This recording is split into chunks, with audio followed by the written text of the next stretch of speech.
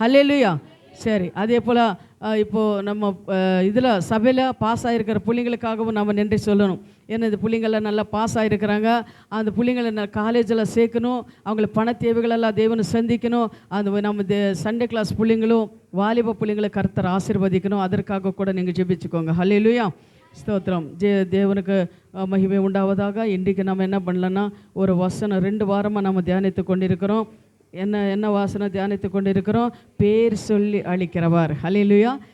நம்ம பேர் சொல்லி அவர் அழித்திருக்கிறார் அப்படின்னு சொல்லி நம்ம விசுவாசத்தோட தேவனுக்கு நம்ம நன்றி சொல்லுவோம். ஸ்தோத்திரம். இன்றைக்கி நம்ம என்ன பார்த்தோம்? போன வாரம் பார்த்தோம், சவுலுக்கு பேர் சொல்லி அழித்தார், அது மரியாளும் பேர் சொல்லி அழித்தார். 3வதாக நம்ம இப்போ பார்க்குறது சீமோனு பேர் சொல்லி அழிக்கிறார். ஹல்லேலூயா. சீமோனு பேர் சொல்லி அழிக்கிறார். அந்த வசனத்தை வாசிப்போம். லூக்கா 22:31. லூக்கா 22:31 அந்த வசனத்தை எடுத்து எல்லாரும் வாசிங்க. லூக்கா 22:31. ஸ்தோத்திரம் ஆண்டவரே. ஆ ஆ ஆ ஆ ஆ அவர் என்ன பண்ணுறாரு பாருங்கள், இது நீ கவனமாக கேட்கணும். பின்பு கர்த்தர் சீமோனே சீமோனே, இதோ கோதுமையை சுளக்கினாலே புடமிடுகின்றது போல சாத்தான் உங்களை புடமிடுகின்றார், உத்தரவு கேட்கின்றார். இதில் நமக்கு என்ன தெரியுதுன்னா, நம்ம சாத்தானு புடமிடுகிறதுக்கு தேவன்கிட்ட உத்தரம் கேட்குறார். சாத்தான் நம்மளை என்ன பண்ணுறாரு? ஒரு சோதனை பலவீனங்களும் இதெல்லாம் கொண்டு வரணும்னா தேவ பிள்ளைகளுக்கு அவனை டைரெக்டாக நம்ம தாக்க முடியாது, டைரெக்டாக நம்மளை என்ன பண்ண தொட முடியாது. அதனால தான் அவன் என்ன பண்ணுறாருன்னா, சாத்தானை தேவனுக்கிட்டே பர்மிஷன் கேட்குறாரு. என்னன்னு சீமோன்னு நான் புடமிடுகிறேன் அப்படின்னு சொல்லி. ஆனால் அவர் என்ன பண்ணுறாருன்னா, தேவனை புடமிடுகிறதுக்கு அவர் வாய்ப்பு கொடுக்குறாரா இல்லையான்னு சொல்லி நம்ம பின்னாடி பார்க்கலாம். இதே போல் வேதத்தை நீங்கள் என்ன பார்க்கும்போது, வேதத்தில் யோபு கூட என்ன பண்ணுறாரு? புடமிடுகிறதுக்கு சாத்தான் என்ன பண்ணுறா? யோபு 1:6-12 வாசிங்க. யோபு 1வது அதிகாரம் 6-12 வசனங்கள் வரை 6வது வாசிங்க. ஒரு நாள் தேவபுத்திரர் கர்த்தருடைய சன்னதியில் வந்து நின்று சாத்தானும் அவர் நடுவில் வந்து நின்றான். கர்த்தர் சாத்தானை பார்த்து, நீ எங்கிருந்து வருகிறாய் என்றார். சாத்தான் கர்த்தருக்கு பிரதியுத்தரமாக, பூமி எங்கும் உலாவி அதில் சுற்றி திரிந்து வருகிறேன் என்றான். கர்த்தர் சாத்தானை நோக்கி, என் தாசனாகிய யோபின் மேல் கவனம் வைத்தாயோ? உத்தமனும் சன்மார்க்கனும்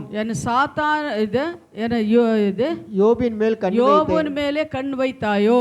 உத்தமனும் சன்மார்க்கனும் தேவனுக்கு பயந்து பொல்லாப்புக்கு விலகிறவருமாகிய அவனை போல் பூமியில் ஒருவனும் இல்லை என்றார். சரி, யோபுக்கு தேவன் என்ன பண்றாரு? சர்டிபிகேட் கொடுக்கிறார். உத்தமனும் சன்மார்கனும் இது பூமியில் அவனை போல ஒருவனும் இல்லை, அவன் எனக்கு கீழ்ப்படுகிறான், எனக்கு பயப்படுகிறவன், அவனு நீ என்ன பண்ணுற? அவன் மேலே கண் வைத்தியோ அப்படின்னு சொல்லி கேட்குறான். ஆனால் அந்த சர்டிஃபிகேட்டு எத்தனை பேர் நம்ம வாங்க முடியும்? இந்த உலகத்தில் தேவனு யோபும் தெரிந்து கொண்டது போல, பவுலும் தெரிந்து கொண்டது போல உங்களும் என்னை தேவனை தெரிந்து கொண்டிருக்கார் இல்லையா? அப்போது எப்படி தேவனை பாதத்தில் அவர் அமர்ந்து ஜெபிக்க, அவர் கற்பனைப்படி நடந்தா அவங்க போல யோபு போல சர்டிஃபிகேட்டை வாங்க உன்னால என்னால் முடியுமா? வாங்கியிருக்கிறோமா? தேவன் நம்மளை பெருமையாக சொல்ல முடியுமா நம்மளை பற்றி? என் மகள் பேர் சொல்லி, என் மகனு அவங்க உத்தமர்களாக இருக்கிறாங்க, சன்மார்களாக இருக்கிறாங்க, என் கீழ்ப்படிந்து நடக்கிறவங்களாக இருக்கிறாங்க. செத்துருவே அவனத்தோடு அவனுக்கு அதிகாரம் கிடையாதுன்னு சொல்லி தேவனை சொல்ல முடியுமா? இல்லை, முடியாது. ஏன்னா நம்ம என்ன பண்ணல? அவருக்கு கீழ்ப்படியில. அப்படி தானே? அதுதானே உண்மை, கீழ்ப்படியில. அதனால என்ன பண்ணலன்னா நம்மளை சர்டிஃபிகேட் நம்மளுக்கு கொடுக்க முடியல தேவன். ஆனால் தேவன் என்ன சொல்கிறாரு? நம்ம சர்டிஃபிகேட் வாங்குறவங்களாக இருக்கணும், நம்மளை நாம் அப்படி நடுக்கணும். வேதத்தில் நம்ம வாசிக்கிறோம், எத்தனோ பரிசுத்தவான்கள் என்ன பண்ணுறாருன்னா, கஷ்டம், கண்ணீர், வேதனை, துக்கம், மரணங்களும் எல்லாம் வரும்போது கூட என்ன பண்ணாரு? அவங்க தேவனுக்காக என்ன பண்ணாரு? நிலுத்தி நின்றார்கள்னு பார்க்குறோம். நான் விதைகளை பற்றி கூட பார்க்குறோம். முள்ள இடத்துல முள்ளுக்குள்ளே போட்ட அந்த விதை என்ன பண்ணுச்சு, கொஞ்ச நாள் வளர்ந்து காஞ்சி போச்சு. அப்போ என்ன, பாறை மேலே இருந்த விதை என்ன போச்சு, அது என்ன பண்ணி கொஞ்சம் நல்லா மொழிச்சுது, அது காஞ்சி போச்சு. நல்ல நிலத்தில் உளுந்த அந்த விதை மட்டும் தான் கனிகளை கொடுத்தது. அதுபோல் நல்ல நிலத்தில் விதுகிற உள்ற அந்த விதை போல நீயும் நானும் இருக்கணும். நமக்கு தேவன் சர்டிஃபிகேட் கொடுக்கணும். ஹல்லேலூயா. அதே போல் நீ பார்க்கும்போது அதுக்காக தான் தேவன் என்ன உங்களையும் என்னை தெரிந்து கொண்டிருக்கா. சகரியா 3:1 நீங்கள் பார்க்கும்போது யோசுவாவை பார்த்து எனக்கு காண்பித்தருளும் அவர் கர்த்தருடைய தூதன் யோசுவாக்கு. அது படிங்க, சகரியா 3:1 எடுத்து போறீங்க. சகரியா 3:1. அவர் பிரதான ஆசாரியனாகிய யோசுவாவை எனக்கு காண்பித்தார்.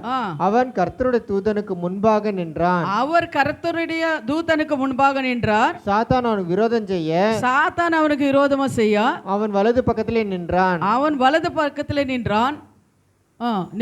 அப்புறம் இன்னொரு படிங்க. எப்படி? அப்பொழுது கர்த்தர் சாத்தானை நோக்கி கர்த்தர் உன்னை கடிந்து கொள்வாராக, கர்த்தர் உன்னை கடிந்து கொள்வாராக. சாத்தானே எருசலேமை தெரிந்து கொண்ட கர்த்தர், எருசலேமினை தெரிந்து கொண்ட கர்த்தர் உன்னை கடிந்து கொள்வாராக அப்படின்னு சொல்லி என்ன பண்ணார், ஆண்டவர் கடிந்து கொண்டார். ஹல்லேலூயா. ஆனா சாத்தானும் உங்களும் என்ன சோதிக்கணும் அப்படின்னு சொன்னா அது உத்தரவு கேட்கணும். நமக்கு ஒரு கேள்வி வருது இல்லையா, இப்போ எனக்கு கஷ்டம் வந்திருக்கிறது, எனக்கு குடும்பத்தில் யாராவது மறுத்துட்டாங்க, ஏதாவது ஒரு வியாதி, ஒரு கடன் பிரச்சனைகளும் ஏதாவது இருக்கிறது அப்படின்னு சொன்னால், உனக்கு தீராத ஒரு கஷ்டம் இருக்கிறதுன்னா அப்போ ஆண்டவர்கிட்ட சாத்தான் உத்தரவு கேட்டு தான் உன்னை சோதிக்க முடியும். உன்னையும் என்னை சோதிக்கணும்னா டைரெக்டாக சாத்தான் உன்னையும் என்னை தொட முடியாது. இது கவனமாக நம்ம பார்க்கணும். உன்னையும் என்னை தொடணுன்னா ஆண்டவர்கிட்ட உத்தரவு கேட்டு தான் அவன் என்ன பண்ணுறான், தொடுறான். நம்ம பார்க்குறோம் இதில் 1 பேதுரு அது என்ன படிச்சு இப்போ சக்கரியா. லூக்கர் 22:31 பார்த்தோம். யோபுல நம்ம பார்த்தோம். சக்கரில நம்ம பார்த்தோம். சாத்தான் என்ன பண்ணால் டைரெக்டாக போய் அவர் என்ன பண்ணல, மனுஷனை அவரை தொட முடியல. ஆனால் ஆண்டவர்கிட்ட வராரு, ஆண்டவர்கிட்ட உத்தரவு கேட்குறார். இவனு சோதிக்கிறேன், இவனு புடுமிடுகிறேன் அப்படின்னு சொல்லி கேட்குறாரு. ஆண்டவர் அந்த உத்தரவு கொடுத்தாலும் மட்டும்தான் அவன் மேலே கை வைக்க முடியும். அவன் மேலே கை வைக்கணும் அப்படின்னு சொன்னால் கை வைக்க முடியாது. ஏன்னா ஆண்டவரோட பிள்ளைங்களை அபிஷேகித்திருக்கிறார். அவர் என்ன பண்ணியிருக்கார், நம்மளே அபிஷேகித்திருக்கிறார். நம்ம கூட அவர் இருக்கிறார். அதனால தான் நம்மள மேலே அவன் கை வைக்க முடியாது. அப்போ நீங்கள் நினைக்கலாம், அப்போ ஆண்டவர் நம்மளோட இருந்தால், நம்மளை அபிஷேகித்திருந்தால் ஏன் எனக்கு இவ்வளோ கஷ்டம் இருக்கிறது, இவ்வளோ கஷ்டம் இருக்கிறது அப்படின்னு சொல்லி நீங்கள் நினைக்கலாம். ஆனால் யோபு ஆண்டவர் குறுமையாக இருந்தார், ஆண்டவருக்கு பயந்து வாழ்ந்தவர் தான். ஆனால் யோபு மேலே ஏன் ஆண்டவர் என்ன பண்ணுறாரு, பர்மிஷன் கொடுத்தாரு அப்படின்னா, ஏன்னா யோபு என்ன கஷ்டம் வந்தாலும் சரி அவர் நிறுத்தி நிற்பார் என்ற ஆண்டவருக்கு ஒரு விசுவாசமாக யோபு மேலே இருந்தது. யோபு மேலே ஒரு விசுவாசம், பவுல் மேலே இருந்தது ஒரு விசுவாசம். ஆனால் எவ்வளோ சோதனைகளை கொண்டு வந்தாலும் பவுல் எனக்காக நிற்பான்னு சொல்லி ஒரு விசுவாசம் இருந்தது. அதுபோல் அப்ரஹாம் மேலே கூட ஒரு விசுவாசம். என்ன காரியங்கள் செய்தாலும் விசுவாசம், என்ன கிரியைகள் செய்தாலும் அவனு எனக்காக நிற்பான் என்ற ஒரு விசுவாசம் இருந்தது. ஆனால் உன் மேலே என மேலே அவ்வளோ விசுவாசம் இருக்கிறதா தேவனுக்கு தெரியல. சரி, அப்போது தேவனை தெரிந்து கொண்டவங்களுக்கு மட்டும்தான் இந்த சோதனைகளா அப்படின்னு நம்ம நினைக்கலாம். தேவனை தெரிந்து கொண்டவங்களுக்கு சோதனை இருக்கிறது. தேவனை தெரிந்து கொண்டாமல் கீழ்ப்படியாமல் இருக்கிறவங்களுக்கு சோதனை வருது. அது ஏன் கீழ்ப்படியாமல் இருக்கிறவங்களுக்கு சோதனை வருதுன்னா அவங்களுக்கு என்ன பண்ண, தேவனை பாதுகாப்பு இருக்காது. அவர் மேலே தேவனை பாதுகாப்பு இருக்காது. தேவனை சொல்லிடுவார், நான் சொல்லி பார்த்தேன், ஆனால் அவனுக்கு கீழ்ப்படியல, நீ என்ன பண்ணிக்கோ. நான் சொல்லி பார்த்தேன், அவனுக்கு அடித்து பார்த்தேன், கீழ்ப்படியல, நீ என்ன பண்ண, அப்போ கொடுத்துருவாரு. அப்போ என்ன பண்ண முடியாது நம்ம அது. அப்போ நம்ம நினைக்கலாம், 2 காரியம் நம்மளுக்கு இருக்குது. 1, தேவன் கீழ்ப்படிந்தாலும் சோதனை வரும். 2வது, தேவன் கீழ்ப்படியாமல் இருந்தாலும் சோதனை வரும். ஆனால் அந்த கீழ்ப்படியாமல் இருக்கிற காரணம் என்னன்னா, தேவன் கீழ்ப்படியவனுக்கு வர்ற சோதனை கொஞ்ச நாள். அந்த சோதனைக்கு அப்புறம் ஆனக்கப்புறம் அவர் பொண்ணாக மாறிவிடுவான். அந்த சோதனை கூட அவனுக்கு என்ன பண்ணும், நீங்கி போயிடும். ஆனால் தேவனு கீழ்ப்படியாமல் இருக்கிறவருக்கு வர்ற அந்த சோதனை அது என்னாவது போவாது அவனை விட்டு. ஏன்னா ஆண்டவர் ஒப்பு கொடுத்துட்டார். அதுக்கு தான் நம்ம என்னென்ன தேவனை கீழ்ப்படுறவங்களாக நாம் இருக்கணும், தேவனை தேடுறவங்களாக நாம் இருக்கணும், யோபு போல உத்தமர்களாக சன்மார்களாக இருக்கணும். சீஷர்கள் எப்படி இந்த உலகத்தில் எவ்வளோ சோதனைகளை வந்தாலும் ஜெயித்தாரோ அதுபோல் நீயும் நானும் இந்த உலகத்தை ஜெயிக்கிறவங்களாக இருக்கணும். அதுக்காக தான் உன்னையும் என்னையும் அவர் என்ன பண்ணார், தாய் கர்ப்பத்தவே உன்னை தெரிந்து கொண்டவே உன் பேர் சொல்லி நான் அழைத்திருக்கிறேன். தேவன் சொல்கிறார், உன் பேர் சொல்லி நான் அழுத்திருக்கிறேன். எத்தனோ பேர் இருக்கிறாங்க, ஏன் நம்மளை மட்டும் அழுத்திருக்கிறார் ஆண்டவர் அப்படின்னா, எவ்வளோ கஷ்டம் வந்தாலும், இவ்வளோ சோதனைகள் வந்தாலும், மரணமே வந்தாலும் இவ்வளோ என்னை விட்டு போகிறதில்லை. இவ்வளோ என்ன பண்ண, என் நாமத்தை மகிமைப்படுத்துவான். பிசாசு கடுமையாக இவ்வளோ இருக்க மாட்டா அப்படின்னு சொல்லுதா தேவன் ஒன்று என்னை தெரிந்து கொண்டிருக்கிறார். ஹல்லேலூயா, ஹல்லேலூயா. இந்த உலகத்தில் நான் பார்க்கும்போது சரி பரிசுத்தவான்கள் அவங்களோடுங்க, இந்த உலகத்தில் பார்க்கும்போது எத்தனோ இன்னும் பரிசுத்தவான்கள் இருக்கிறாங்க, ஆனால் ரத்த சாட்சிகளாக மரித்து இருக்கிறாங்க, தேசம் விட்டு தேசங்களுக்கு வந்திருக்கிறாங்க. இப்போ கூட என்ன பண்ணுறாங்க, மிஷினரிகளை ஊர் கிராமங்களெல்லாம் போய் அவங்க என்ன பண்ணுறாங்க, ஊழியம் செய்து கொண்டு இருக்கிறாங்க. எத்தனோ மிஷினரிகளை கொண்டு போய் சிறைசால போட்டிருக்கிறாங்க. எத்தனோ கிறிஸ்தவங்களை நெருப்பு வச்சு கொளுத்தி விட்டுருக்குறாங்க வீடுகள் எல்லாம். ஆனால் அவங்கெல்லாம் எப்படி இருக்கிறாங்க, அவங்கள பின்வாங்கி போகிறாங்களா? இல்லை. தேவனுக்காக நான் என்ன கொளுத்தினாலும் பரவாயில்லை, தேவனுக்காக நான் உயிர் விட்டாலும் பரவாயில்லை, நான் தேவனை விட்டு போகிறதில்லை அப்படின்னு சொல்லி எத்தனோ பேர் இருக்கிறாங்க பரிசுத்தவான்கள். ஆனாலும் அவங்க மரித்தா கூட அவங்க என்ன பண்ண, நான் ஆண்டவர்கிட்டே போகிறேன் அப்படின்னு சொல்கிறாங்க. இப்போ கொஞ்ச நாளுக்கு முன்னாடி ஒரு வருஷம் நினைக்கிறேன், நான் ரட்சிக்கப்பட்ட புதுசில் புருஷனை பொண்டாட்டி 2 பிள்ளைங்களோட, அவங்க பேர் எனக்கு தெரியல, அவங்க என்ன பண்ணாங்களா வெளிநாட்டில் இருந்து வந்து ஊழியம் செய்கிறதுக்கு வந்திருக்கிறாங்க. வரும்போது அவங்க என்ன பண்ணாங்கன்னா கார் உள்ளே வச்சு அவர் என்ன பண்ண நெருப்பு விட்டு கொளுத்திட்டாங்க. ஆனால் அவங்க அந்த அம்மா மட்டும் என்ன பண்ணாங்க, மிச்சமானாங்க. பிள்ளைங்களும் புருஷனெல்லாம் போயிட்டாங்க போல் இருக்குது. ஆனால் அவங்களை கொண்டு போய் சிறைசால போட்டாங்க. ஆனால் அந்த அம்மா ஒரே ஒரு வார்த்தை சொல்லிச்சோம், இல்லை என் பிள்ளைங்கள என் கணவர் தேவன்கிட்டே இருக்கிறாங்க, ஆனால் அவனுக்கு தண்டனை கொடுக்காதீங்க, தேவன் அவன் என்ன பண்றாரு, நேசிக்கிறார், விட்டுடுங்கன்னு சொன்னாங்களா. அந்த ஹிருதயம் உங்களுக்கும் எனக்கு இருக்கா? அந்த அன்பு தேவன மேலே, அந்த அன்பு உங்களுக்கும் எனக்கு இருக்குதா? அது என்ன நடந்தாலும் சரி தேவனுக்காக நம்ம வாழணும்னு ஒரு வைராக்கியம் இருக்கிறதா?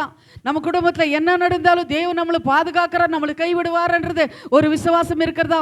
என்ன வியாதி வந்தாலும் சரி தேவன் நம்மளோட இருக்கிறார், நம்ம இன்னும் தேவனை தேடணும், நம்ம பின்னு வாங்கி போகக்கூடாது, நம்ம சோர்ந்து போகக்கூடாதுன்ற நம்ம உள்ளத்தை இருக்கிறதா? ஆனால் உங்கள் உள்ளத்தை தேவனை பார்க்குறார். அப்படி இருக்கிற உங்களை என்ன பண்ணுறார், தேவன் என்ன பலப்படுத்துகிறார். 10 நாள் உபத்திரம், 11வது நாள் உனக்கு ரெட்டிப்பான ஆசீர்வாதங்களை தேவன் கொடுப்பா. யோபுக்கு எல்லாம் எழுந்து போனார், ஆனாலும் ரெட்டிப்பான ஆசீர்வாதங்களை தேவன் யோபுக்கு கொடுத்தார், சோதித்தார். அதுபோல தான் உங்களுக்கு என்ன பண்ணார், உங்களை சோதிக்கிறார். எனக்கு என்ன கஷ்டம் இப்போ இருக்கிறது எப்படி நீ நினைக்கலாம், ஆனால் ரெட்டிப்பான ஆசீர்வாதங்களை கொடுக்குறான். கரங்களை தேடி தேவனுக்கு ஸ்தோத்திரம் சொல்லுங்க. ஹல்லேலூயா. பாருங்க, உட்கார முடியாது, கொஞ்சம் இல்லைனாலே உட்கார முடியாது, இங்கே உட்கார முடியாது, கேட்க முடியாது, பிசாசு விட மாட்டான். இந்த சத்திய வார்த்தைகளை நம்ம சொல்லும் போது கேட்க விட மாட்டான். இதெல்லாம் நம்ம கேட்டது தானே, விட மாட்டான். அதுதான் தேவனை பார்க்குறாரு. உன் ஹிருதயம் எப்படி இருக்கிறது? ஒரு கஷ்டம் இருக்கலாம், கண்ணீர் இருக்கலாம், வேதனை இருக்கலாம், வியாதி இருக்கலாம், நீ என்ன பண்ணுற, இந்த வசனத்துக்கு நீ கீழ்படுறியா, என்ன வார்த்தை நீ கேட்குறியா, அது ஒரு ஹிருதயத்தை எரிதா? ஏமா ஒரு சீஷர்கள் சொல்கிறாரு, அந்த வார்த்தை சொல்லும் போதே என் இதயம் கொழுந்து விட்டு எரியவில்லையா? இந்த வார்த்தைகள், ஒவ்வொரு வார்த்தை ஜீவனுள்ள வார்த்தை கேட்கும்போது உங்கள் ஹிருதயங்களெல்லாம் கொழுந்து விட்டு எரியணும். எப்போ என்ன சொல்கிறாரு ஆண்டவர், என்ன சொல்கிறாரு, இந்த வார்த்தை மூலமாக ஆண்டவர் பேசுகிறாரு. அப்போ நம்ம இன்னும் எப்படி வைராக்கியமாக இருக்கணும் தேவனுக்காக, நம்ம இன்னும் என்ன செய்யணும், என்ன காரியங்கள் செய்யணும், எங்கே போகணும். பாருங்க, இதில் வசனம் சொல்லுது, உனக்கு பலவீனங்கள் வரும், சோறுகள் வரும், கஷ்டங்கள் வரும். என்ன பண்ணுறாரு ஆண்டவர், உங்கள் விசுவாசத்தை சோதிக்கிறார். உன் விசுவாசத்தாட சோதிக்கிறாரு. நீ இன்னும் இருக்கிறியா, விழுந்து போகிறியா, ஓடி போகிறியா? எத்தனோ பேர் நானே பார்க்கும்போது எத்தனோ பேருக்கு ஞானஸ்தானம் கொடுத்துருக்கிறேன். ஞானஸ்தானம் ரட்சிக்கப்பட்ட புதுசில் எத்தனோ பேருக்கு ஞானஸ்தானம் கொடுத்துருக்கிறேன். அதில் எத்தனை பேர் நிலைத்திருக்கிறாங்க, யார் யார் எங்கே இருக்கிறாங்க எனக்கு தெரியாது. அதனால தான் இப்போ என்னன்னா, உடனே நான் யாருக்கும் ஞானஸ்தானம் கொடுக்க மாட்டேன். மினிமம் 2 வருஷம் 3 வருஷம் வரணும். அவங்களா கேட்குறேன், எனக்கு ஞானஸ்தானம் கொடுங்க அப்படின்னு கேட்கணும். தேவனுக்குள்ளே அவர் இருக்கணும், அப்போ தான் நான் ஞானஸ்தானம். எல்லாருக்கும் நான் ஞானஸ்தானம் கொடுக்க மாட்டேன், ஏன்னா பின்வாங்கி போயிடுவாங்க. ஒரு 2-3 வருஷம் வரும்போது அவங்களுக்கு என்னென்னா, எனக்கு ஒரு நம்பிக்கை வரும், தேவனுக்கு ஒரு நம்பிக்கை வரும். ஏன்னா இவங்க நிறுத்தி நிற்பாங்க, கஷ்டங்களில் கூட இவங்க என்ன பண்ணுறாங்க வர்றாங்க. ஆனால் இப்போ ஞானஸ்தானம் கொடுத்தா இவங்க நிற்பாங்க அப்படின்ற ஒரு நம்பிக்கை எனக்கு வந்தால் மட்டும்தான், தேவனு பேசினால் மட்டும்தான் அவங்களுக்கு ஞானஸ்தானம் கொடுக்குறது, இல்லைன்னா உடனே நான் கொடுக்க முடியாது. அல்லேலூயா. அதனால என்னென்னா நம்ம நிறுத்தி நிற்கணும் அப்படின்னு தான் தேவனோட ஆசை. அதனால தான் தேவன் என்ன பண்ணுறார், தன் பிள்ளைகளை சோதிக்கிறவராக இருக்கிறார். அதே போல் பாருங்கள், யோபு 2வது அதிகாரம் 1-6 வாசிங்க. யோபு 2வது அதிகாரம் 1-6 வரை நீங்கள் வாசிங்க. 2வது அதிகாரம். ஒரு நாளிலே தேவபுத்திரர் கர்த்தருடைய சந்நிதியில் வந்து நின்ற போது, தேவபுத்திரர் கர்த்தருடைய சந்நிதியிலே வந்து நிற்கும் போது சாத்தானும் அவர் நடுவிலே கர்த்தருடைய சந்நிதியில் வந்து நின்றான். கர்த்தர் சாத்தானை பார்த்து நீ எங்கிருந்து வருகிறாய் என்றார். சாத்தான் கர்த்தருக்கு பிரதியுத்தரமாக பூமி எங்கும் உலாவி அதை சுற்றி திரிந்து வருகிறேன் என்றான். சுற்றி திரிகி வருகிறேன் என்றார். அல்லேலூயா. ஆமா, என்னன்னா மறுபடி சாத்தான் என்ன பண்றா, சுத்திட்டு வருவான். ஆனா சாத்தான் ஒன்று கேட்குறான், யோபு மேலே கண்ணு வைத்துட்டான்னு ஆண்டவர் சொன்னார். ஆமாம் வைத்துட்டேன்னு சொல்கிறாரு. மறுபடி போகிறாரு, சோதனைகள் எல்லாம் கொண்டு வராரு. ஆனால் பொட்டு புள்ளிங்களை போயிடுது, ஆடு மாடுகள் எல்லாம் போயிடுது, ஆஸ்தி அந்தஸ்து எல்லாம் போயிடுது. எல்லாம் லாஸ்ட்டில் ஒன்று கேட்குறேன், என்னென்னா நீ அவனை ஆசீர்வதிச்சிருக்கிற, அவனை சுற்றிலும் வேலி போட்டிருக்கிறேன், அவன் ஆசீர்வாதமாக இருக்கிறான். ஆனால் அவனை தோல் எலும்புக்கு மட்டும் ஏதாவது ஒன்று நடந்ததுன்னு வச்சுக்கோயேன், அப்போ ஒன்று தூஷிக்கிறா அப்படின்னு. ஆனால் அதுக்கப்புறம் தேவன் என்ன பண்ணார், பர்மிஷன் கொடுக்குறாரு. சரி போ நீ சோதி அப்படின்னு சொல்லும்போது அவனுக்கு என்ன புண்ணுகளெல்லாம் வருது, எல்லாரும் அவங்கள தூஷிக்கிறாங்க. மனைவி கூட சொல்லுது, நீ தேவனை தூஷித்து நீ மரித்து போ, எதுக்கு என்ன உயிரோட இருக்கிறேனே, இவ்வளோ கஷ்டம், 10 பிள்ளைங்களே போயிட்டாங்க, ஆடு மாடுகள் எல்லாம் போயிட்டாங்க, இப்போ எல்லாமே போயிடுச்சு, நஷ்டமாயிடுச்சு, எல்லாரும் நம்மளுக்கு கேவலமாக பேசுகிறாங்க, நம்மளுக்கிட்ட வேலை செய்கிறவங்கெல்லாம். அதெல்லாம் படிக்கும்போது எனக்கு கண்ணில் தண்ணி வரும். ஏன்னா அப்படி ஒரு ஆண்டவர் குடுமையாக இருந்தார் யோபு. ஆனால் அவர் என்ன பண்ணார், வியாதி வந்ததுக்கப்புறம் ஒரு மனுஷனு கூட அவர் என்ன பண்ணல, மதிக்கலை.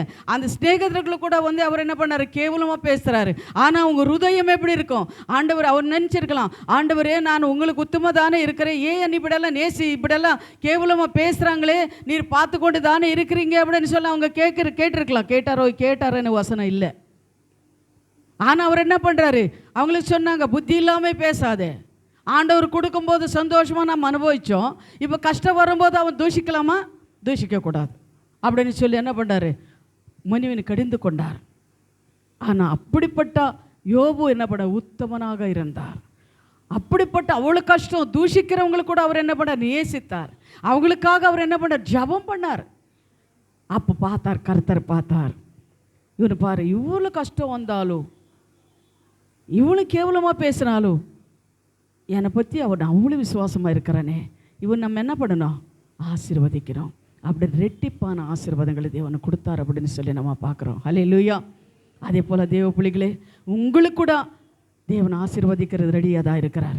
ஆனால் என்ன கஷ்டங்கள் வந்தாலும் சரி, தேவனை கேள்வி கேட்குற உனக்கும் எனக்கும் அந்த அதிகாரம் கிடையாது. ஆண்டவரே எனக்கு இவ்வளோ கஷ்டம், ஏன் நான் சன்னிதியில் வரேன், உனக்கு உபவாசம் இருக்கு, நான் ஜெபிக்கிறேனே, ஏன் என் குடும்பத்தில் கஷ்டம், கேட்கவே கூடாது. அந்த கேள்வி கேட்க நம்மளுக்கு அதிகாரம் கிடையாது.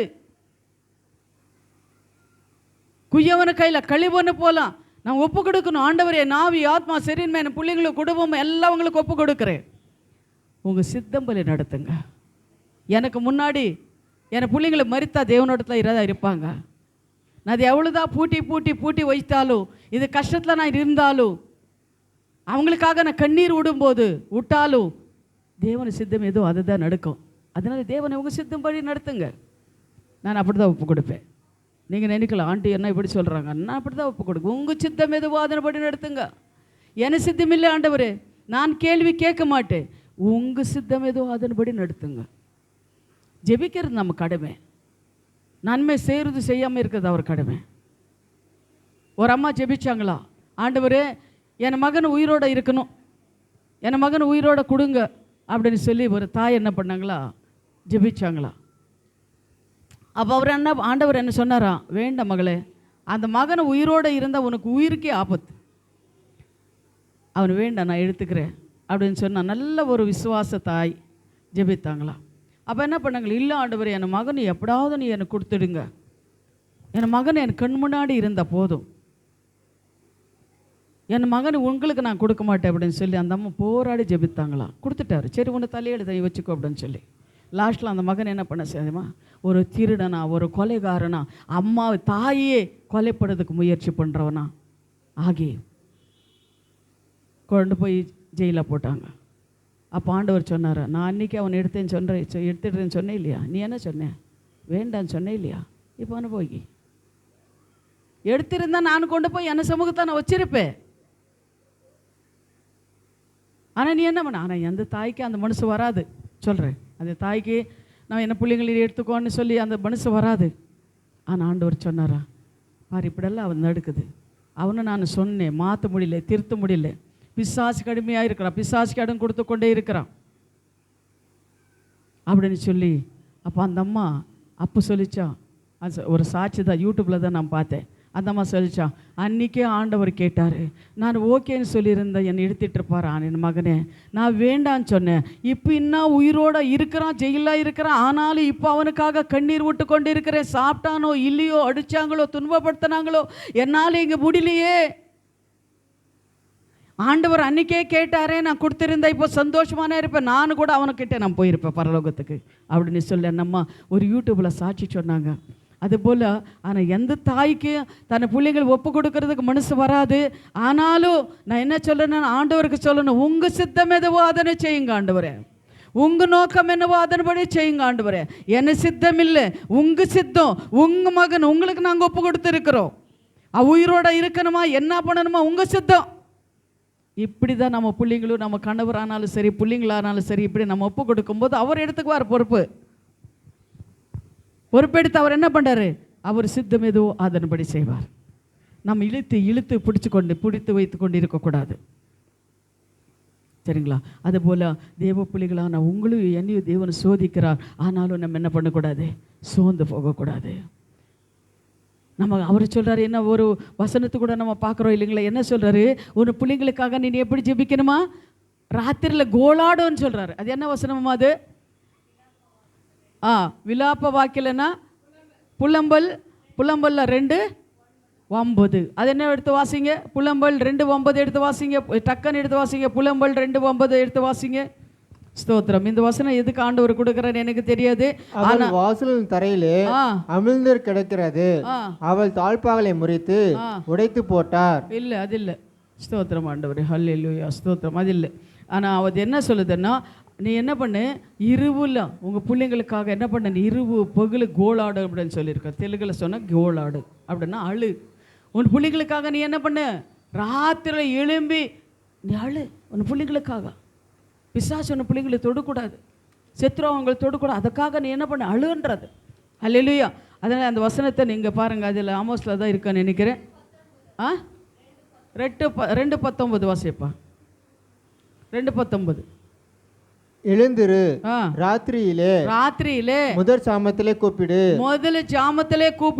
ஆண்டவர் சமூகத்தில் உன் இருதயத்தை தண்ணீரை போல ஊற்றிவிடு. உன் இருதயத்தை என்ன பண்ணுமா, தண்ணீர் போல ஊற்றிவிடு. யாருக்காக? உன் பிள்ளைங்களுக்காக, உன் குடும்பத்துக்காக, உன் கணவருக்காக. நீ என்ன பண்ணு, கண்ணீர் போல ஊற்றிவிடு. எல்லா தெருக்களின் முனையிலும் பசியினால் முர்ச்சித்து போகிற உன் குழந்தைகளின் பிராணனுக்காக உன் கைகளை அவரிடத்தில் ஏறிடு. ஆமென், ஹல்லேலூயா. எத்தனை தாய் தகப்பன் நீங்க உங்க பிள்ளைங்களுக்காக ஜெபித்துட்டு இருக்கிறீங்க?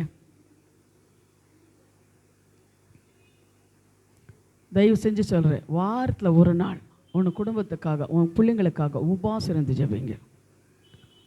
வாரத்தில் ஒரு நாள் உன் பிள்ளைங்களுக்காக அவங்க பேர் சொல்லி, அவங்க மேலே கை வைத்து, இல்லை ஒரு ஃபோட்டோ வச்சுக்கோங்க, ஃபோட்டோ ஒரு டைரியில் எழுதி இது பண்ணிக்கோங்க, அந்த ஃபோட்டோ மேலே கை வச்சு அவன் பேர் சொல்லி, ஆண்டவரே என் பிள்ளைக்காக நான் ஜெபிக்கிறேன் கர்த்தா, இந்த வசனம் வச்சுக்கோங்க, இந்த வசனம் வச்சுக்கோங்க, அந்த வசனம் வைத்து அந்த கை வைத்து நீங்கள் என்ன பண்ணுங்க, உங்கள் பிள்ளைங்களுக்காக ஜெபிங்க.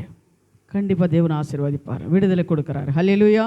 அதுபோல தான் என்னென்ன சோதனைகளை நமக்கு வரும்போது நம்ம சோர்ந்து போகக்கூடாது.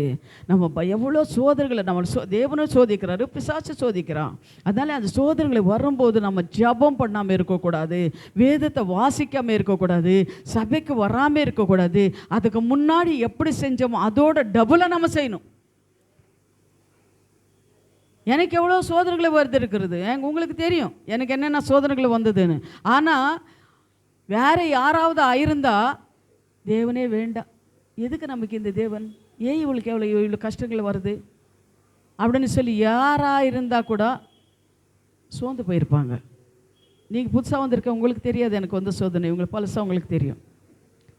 எனக்கு வந்து சோதனை, மரணங்களெல்லாம் என் குடும்பத்தில் ஏற்பட்டிருக்குது, அவ்வளோ சோதனைகளை வந்தாலும். ஆனால் இதுவரை தேவன், ஏன் ஆண்டவர் என்னை இப்படி எழுத்தீங்க, ஏன் ஆண்டவர் என்னை சோதித்தீங்க, ஒரு நாள் கூட என் வாயில் வந்தது கிடையாது. அல்லேலூயா. அதனால் ஆனால் சோதனைகளை வரும், ஆனால் அது ஜெயிக்கணும். நம்ம இன்னும் தேவனை நம்ம பிடித்துக்கொள்ளணும், அவன் பாதத்தை நம்ம பிடித்துக்கொள்ளணும், உபாசிருந்து ஜெபிக்கணும், அங்கே போய் ஜெபம் பண்ணணும். எங்கெங்கே ஜெபம் இருக்கிறதோ நம்ம போய் ஜெபம் பண்ணணும். இப்படி ஜெபிக்க ஜெபிக்க தேவனை தேட தேட பிசாசானவங்களை ஊட்டி ஓடி போயிடுவா. அல்லேலூயா, அல்லேலூயா. அதே போல் நீங்கள் இன்னொரு வசனத்தை நீங்கள் வாசித்து பாருங்கள். ஆமோஸ் 9:9. ஆமோஸ் 9:9. ஆமோஸ் 9:9 வாசிங்க. இதோ ஜல்லடையினால் ஜலித்திருக்கிறது போல் இஸ்ரவேல் வம்சத்தாரை எல்லா ஜாதிகளுக்குள்ளும் செழித்திருக்கும்படி நான் கட்டளையிடுகிறேன். ஆனாலும் ஒரு கோதுமை மணியும், பாருங்க ஒரு நிமிஷம் இது பாருங்க. ஆனால் நான் இஸ்ராவேல் ஜனங்கள் என்ன பண்றேன், ஒரு ஜல்லில ஜலிக்கிறது போல நான் ஜெலிப்பேன், ஆனாலும் ஒரு கோதுமை மணியும் தரையிலே விழுவதில்லை. கோதுமை மணியான ஒரு மனுஷனையும் தரையிலே விழுவதில்லை. ஆனால் அவனு சோதிப்பேன், இஸ்ராவேல் ஜனங்களான என் புள்ளிகள் நான் சோதிப்பேன், ஆனாலும் ஒரு மணி கோதுமை மணி கூட தரையிலே விழுறதில்லை. இதோட நம்மளுக்கு என்ன வேணும்? ஆனால் அவர் என்ன சொல்கிறாரு, கீழே விழமாட்டான், அவனுக்கு சாகிறதுக்கு நான் விடமாட்டேன், அவனு கீழே விடுறதுக்கு விடமாட்டேன், அவனை நானா சோதிப்பேன். இப்போ என்ன ஆண்டவர் சோதிப்பார், ஆனால் திராணிக்கு மேலாக அவர் என்னை சோதிக்க மாட்டார், என்னை சோதிப்பார். ஆனால் நான் கீழே விடுறதுக்கு ஆண்டவர் என்ன பண்ணுறதால விட மாட்டார், நானும் என் குடும்பமோ கீழே விடுறதுக்கு ஆண்டவர் விட மாட்டார். விசுவாசிக்கிறீங்களா? ஆமேன், ஹல்லேலூயா. அதே போல் நீங்கள் சொல்லணும், ஆண்டவர் இந்த வசனத்தை வச்சு சொல்லணும், என்னை சத்ருவே என்னை தேவனை சோதித்தாலும் நான் கீழே விழ அவர் விடமாட்டார், நான் கீழே விடமாட்டார், என்னை பிள்ளைங்களை கீழே விடமாட்டார். என்ன வசனம் அதுக்கு முன்னாடி வசனம், போன வருஷம் இல்லை அதுக்கு முன்னாடி வசனம் என்ன வசனம் வந்தது? என்னது? 7:8. அது என்ன சொல்ல வசனம்? நான் விழுந்தா சத்ருவே நான் விழுந்தாலும் என் சத்ருவே எனக்கு விரோதமாய் சந்தோஷப்படாதே. நீ என்ன பண்ண? சந்தோஷப்படாதே. நான் விழுந்தாலும் எனக்கு மேய்ப்பராயிருக்கிறான். நீ சொல்லணும், சத்ருவும் பார்த்து சொல்லணும், சத்ருவே இந்த கஷ்டம், இந்த போராட்டங்களும், இந்த பிரிவினைகளும், இந்த கடனும், இது வியாதி கொண்டு வந்திருக்கிறேன், ஆனாலும் நான் என்ன பண்ணுறதில்ல சொல்லணும் எல்லாரும் சொல்லணும், என்னாலும் நான் என்ன பண்ணுறதில்ல, பயப்பட மாட்டேன், விழ மாட்டேன். என் கர்த்தர் எனக்கு நான் விழவே மாட்டேன். அல்லேலூயா. நீங்கள் சொல்லணும், இப்படி சொல்லிதான் நீங்கள் ஜெபிக்கணும். ஏதாவது ஒரு வியாதி வருதா, கஷ்டம் வருதா, ஏதாவது உங்களை யாராவது நிந்திக்கிறாங்களா, சத்ருவை பார்த்து சொல்லணும், சத்ருவே இந்த என் குடும்பத்தில் இவ்வளோ பிரச்சனைகளை கொண்டு வந்திருக்கிறேன், ஆனால் என் கர்த்தர் எனக்கு வெளிச்சமாக இருக்கிறார், நான் விழ மாட்டேன், அது என்ன நடந்தாலும் தேவனுக்கு ஸ்தோத்திரம். நீங்கள் இப்படி ஜெபிக்கும்போது தான் பிசாசானவன் என்ன பண்ணுவா, உங்களை விட்டு ஓடி போயிடுவா. அல்லேலூயா, அல்லேலூயா. அதே போல தான் என்ன பண்ணுறாரு, ஒரு கோதுமை மணி கூட கீழே உழுதுக்கு நான் விட மாட்டேன்றாரு. அது ஒரு வசனம் நம்மளுக்கு போதும். எவ்வளோ சோதனைகளை வந்தாலும் நம்ம உயிருக்கு எந்த ஒரு ஆபத்து இல்லைன்றது நமக்கு என்ன ஆகுது, தெளிவாக தெரியுது இல்லையா? அதனால் நீங்கள் என்ன பண்ணு, இனிமே நீங்கள் எந்த காரியத்துக்கு பயப்படக்கூடாது. நான் சொல்லுங்கள், எந்த காரியத்துக்கு நான் என்ன பண்ணுறதில்ல, நீங்கள் சொல்லுங்கள். இப்போது எல்லா கரங்களை எடுத்துங்க, நீங்கள் கைகளை எடுத்து சொல்லணும் தைரியமாக. யாரை பார்த்து சொல்லணும்? சொல்லு. ஆமாம், அல்லேலூயா. எந்த காரியத்துக்கு நம்ம என்ன பண்ணக்கூடாது, பயப்படவே கூடாது. நம்மளோட இருக்கிறவர் யாரு? நம்மளோட இருக்கிறவர் பெரியவர். அதனால் நம்ம எதுக்கும் நம்ம பயப்படவே கூடாது. லூக்கா 10:41 வாசிங்க. அல்ல மார்த்தாள் பார்த்து சொல்கிறாரு, இல்லை அது வேண்டாம் விடுங்க. மார்த்தாள் பார்த்து சொல்கிறாரு, என்ன மார்த்தாளே மார்த்தாளே, நீ அநேக காரியங்களை கொடுத்து கவலைப்படாதே. அன்றைக்கி நீங்கள் சொல்கிறாரு, மகளே உன்னை பேர் அநேக காரியங்கள் கொடுத்து நீ என்ன பண்ணாத, கவலைப்படாதே. அல்லேலூயா. நீ சொல்லணும், நீ உன்னுக்கு நீயே சொல்லிக்கணும், உன்னை பேர் சொல்லி, ரத்னா அநேக காரியங்கள் கொடுத்து நீ கவலைப்படாதே. உன்னோட இருக்கிறவர், என்னோட இருக்கிறவர், எதுக்கும் நான் என்ன பண்ணுறதில்ல, கவலைப்பட மாட்டேன். இந்த வார்த்தைகள் உங்கள் உள்ளத்தில் வந்தாலே செத்துரு ஓடி போயிடுவான். கொஞ்சம் நேரம் ஐயோ என் வாழ்க்கை என்ன ஆகுமோ, நான் என்ன ஆகிடுவேனோ, நான் எப்படி ஆகிடுவேனோ, இப்படி ஆகிடுவேனோ, அப்படி தான் அவன் நீ அப்படி தான் ஆவே, நீங்கள் நீ இப்படியே இரு பாரு, அப்படிதாவே நீ இப்படியே இரு அப்படின்னு சொல்லி என்ன பண்ணுவாங்கன்னா, பிசாசு என்ன பண்ண கிரியை செஞ்சுட்டே இருப்பான், இன்னும் பயத்து கொண்டு வருவான். அதனால் நம்ம எதுக்கு என்ன பண்ணக்கூடாது, பயப்படவே கூடாது. இன்றைக்கி சொல்கிறேன் பாருங்கள், இன்றைக்கி இது ஒரு உங்களுக்கு யாருன்னு எனக்கு தெரியாது, நீங்கள் ரொம்ப பயந்து கொண்டு இருக்கிறீங்க. ஆனால் சொல்கிறாரு, நீ பயந்துபடியே உனக்கு ஆகும். ஆனால் நீ எந்த காரியத்துக்கு நீ பயப்படாதே, உன்னோட நான் இருக்கிறேன். உன்னை தூஷிக்கிறவங்களை ஒரு கடல் முன்னாடி காலுக்கு முன்னாடி கொண்டு வந்து நான் என்ன பண்ணுறேன், வணக்கம் வணக்கம் வணக்கம் போட வைக்கிறேன். நீ என்ன பண்ணு, என்ன புள்ள, நான் உன்னை தெரிந்து கொண்டு இருக்கிறேன். யாரு முன்னாடி உன்னை வைக்கப்படுத்த நான் விட மாட்டேன். தள்ளப்பட்டு கல்லுக்கு மூளுக்கு தலைக்கல்லாக உன்னை நான் நிறுத்துவேன். நீ செய்ய வேண்டிய ஒரே ஒரு காரியம் என்னன்னு, என்னை தேடு. நீ செய்ய வேண்டிய காரியம் என்னன்னு, என்னை தேடு, என்னை தேடு. அது மட்டும் தான் தேவன் கேட்குறாரு உங்களை, வேற எதுவும் கேட்குறது, ஆஸ்தி கொடு, அந்தஸ்து கொடு, பணம் கொடு, நகை கொடு, இதெல்லாம் ஏதோ உங்களுக்கு கேட்க மாட்டார் ஆண்டவர். ஒன்று கேட்குறது என்னென்னா, ஒரே ஒரு காரியம் என்ன கேட்குறாருன்னா, என்ன நீ தேடு, எனக்கு கீழ்ப்படி, அவ்வளோதான் போதும் அப்படின்னு தான் சொல்கிறாரு. அதனால் நீ சொல்லணும், நீங்கள் எப்பொழுதும் அப்படி தான் சொல்லணும். ஹல்லேலூயா. அதே போல் ரெண்டாவதாக நம்ம பார்க்குறோம், 1 சாமுவேல் 3:10-12 வரை நீங்கள் வாசித்து பாருங்கள். 2 சாமுவேல் 3வது அதிகாரம் 10-12 வரை நீங்கள் வாசிங்க. கர்த்தர் தாவீதுக்கு ஆணையிட்டபடியே நான் அவனுக்கு செய்யாம போனால் தேவன் அப்சலோமுக்கு அதற்கு சரியாகவும் அதற்கு அதிகமாகவும் செய்ய கடவர் என்றார். ஆமென். பாத்தியா, தேவன் என்ன சொல்றாரு, நான் தாவீதுக்கு ஆணையிட்டபடி அது செய்யாம போனால் என்ன ஆகுதப்பா, செய்யாம போனால் அதற்கு அதிகமாகவும் செய்ய கடவர். அதற்கு அதிகமாய் உனக்கு அது சொல்றாரு, நான் கேட்கறதுக்கு வேண்டிக் கொள்றதுக்கு அதிகமாக என்ன பண்ற உனக்கு செய்வாரா, நம்புறீங்களா? செய்வார். ஆமாம், ஆண்டவர் கேட்கறதுக்கு வேண்டிக் கொள்றதுக்கு அதிகமாக செய்யணும். என் பிள்ளைங்களை எப்பொழுதும் ஆசீர்வாதமாக இருக்கணும். என் பிள்ளைகள் யாரும் முன்னாடி தலை குஞ்சு நிற்கக்கூடாது. என் பிள்ளைங்களை வியாதியோட இருக்கக்கூடாது. என் பிள்ளைங்களை கடனோட இருக்கக்கூடாது. என் பிள்ளைங்களை வேதனையோட இருக்கக்கூடாது. எல்லாரும் என் பிள்ளைங்களை பார்த்து, இவள் தேவனோட மகன், தேவனோட மகள், இது என் மகள், நான் தெரிந்து கொண்ட மகள், நான் அபிஷேகப்பட்ட மகள் என்று எல்லாரும் சொல்லணும்னு தான் தேவன் என்ன பண்ணுறாரு, நம்மளை விரும்புகிறார். ஆனால் நம்ம என்னென்ன அவிசுவாசம் நம்ம கீழே விழுந்துடுவோம். ஹல்லேலூயா. அப்படி இருக்காதபடி நம்ம சொல்லணும், இல்லை நான் என்ன பண்ணுறதில்ல, தேவனுக்கு நான் கீழ்ப்படுறவளாக நான் இருக்கணும் அப்படின்னு சொல்லி நம்ம வாசிக்கணும். நான் தாவீதுக்கு சொல்கிறாரு பார்த்தீங்களா, நான் அவனை தெரிந்து கொண்டேன். இன்னொரு வாட்டி அது வாசிப்பா, கர்த்தர் தாவீதுக்கு ஆணையிட்டார். என்ன சொல்கிறாரு, பேச்சில் சொல்லலை, அவர் என்ன ஆணை விடுறாரு. ஆணை யார் விடுவோம், யார் விடுவாங்க, இப்போ கொஞ்சம் விடுவாங்க இல்லையா? என்ன சொல்லுமா, ஆணை இது கூடுறாங்க. ஏதாவது ஒரு காரியம்னா, அப்போல்லாம் நாங்கள் சின்ன வயசில் எங்கள் அப்பா மேலே, அண்ணா மேலே, எல்லார் மேலே, பிள்ளைங்கள மேலெல்லாம் ஆணை விடுவோம். ஆனால் அந்த ஆளை எல்லாம் பழிக்காது. ஆனால் இப்போ கூட கொஞ்சம் நேரம் பைபிள் சத்தியமா, ஜீசஸ் சத்தியமா, கிறிஸ்தவங்களை தான் சொல்கிறேன், பைபிள் சத்தியமா, ஜீசஸ் சத்தியமா, இது இப்படி தான் அப்படின்னு சொல்லி ஆடி விடுறாங்க.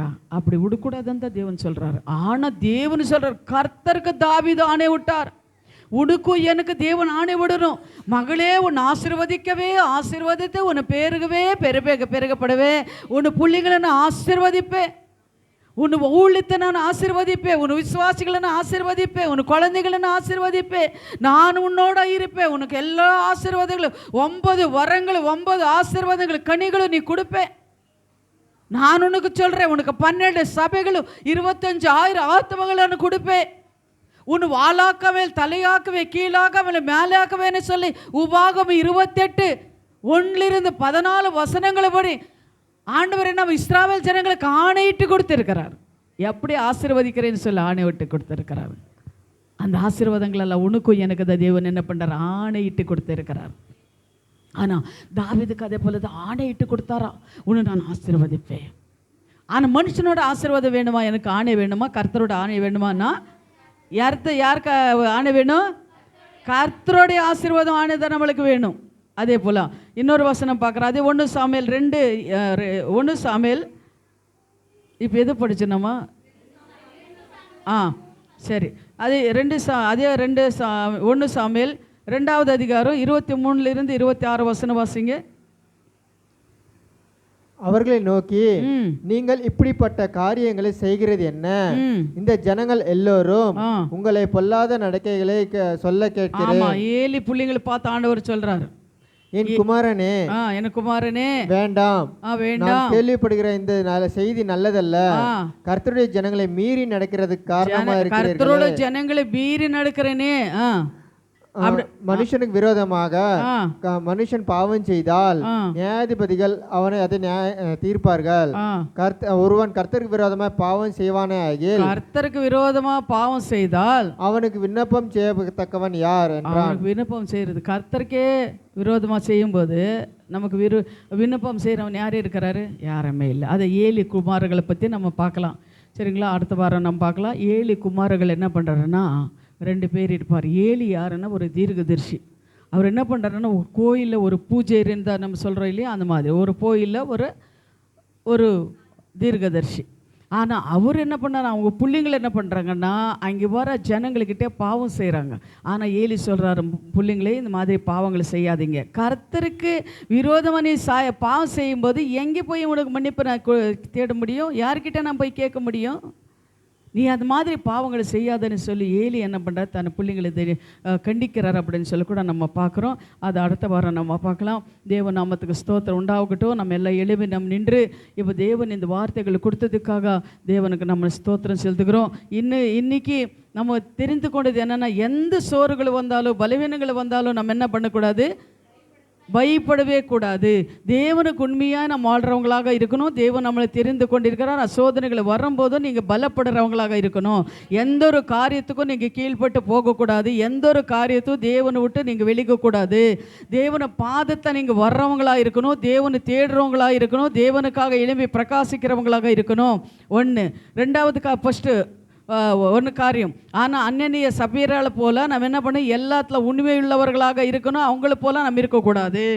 அல்லேலூயா. அதுபோல் உண்மையாக பரிசுத்த ஆவியானவருக்கு நம்ம போய் சொல்லிக்கொண்டு நம்ம அவரோட கோபாக்கினே நம்ம மேலே வரக்கூடாது. இந்த காரியங்களெல்லாம் நீங்கள் என்ன பண்ணுங்கள், வீட்டில் போய் தியானிங்க. கர்த்தர் உங்களை ஆசீர்வதிப்பார்.